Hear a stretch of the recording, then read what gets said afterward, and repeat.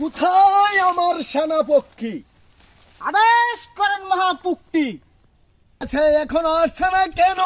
কোথায় আছো আমাদের ভাঙ্গা উজির? চলে আসো সম্মুখে। আদেশ করেন জাহাপনা রাজাপতি। কোথায় ছিলে তুমি? এতক্ষণ জানো নাকি এই রাজ্যের কি হাল? আমি তাই জানতে চাই তোমার। আমি একটা কথা বলতে চাইছি মহাপতি। আমাদের বাড়ি ঘরের অবস্থা বেশি ভালো না। আপনার বেড়ি অন্য পুরুষের সাথে লুচ্ছামি শুরু করে দিছে। কি বলছো তুমি? আমি রাজাপতি আমি ঠিক রাখতে পারছি না, নির্বেড়ি রে বুঝাইতে পারছি না। তুমি কি মানুষের বাল ছিঁড়ছ? আদেশ করেন মহাপুটকি। আপনি আমাকে অনুমতি দিলে আমি তাই আপনার বেড়িকে যে দেখতে পারি সে কোন পর্যায়ে আছে।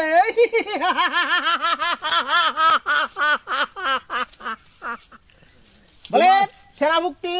চলে যাও, দেখে আসো কোন হালে আছে বেগম দাদি। ঠিক আছে মহাপক্ষী। যাও গিয়া দেখে আসো। এতক্ষণ হয়ে গেল, এখনো পর্যন্ত আসলো না। এখন আমি অল্প বিশ্রাম নিতে যাও।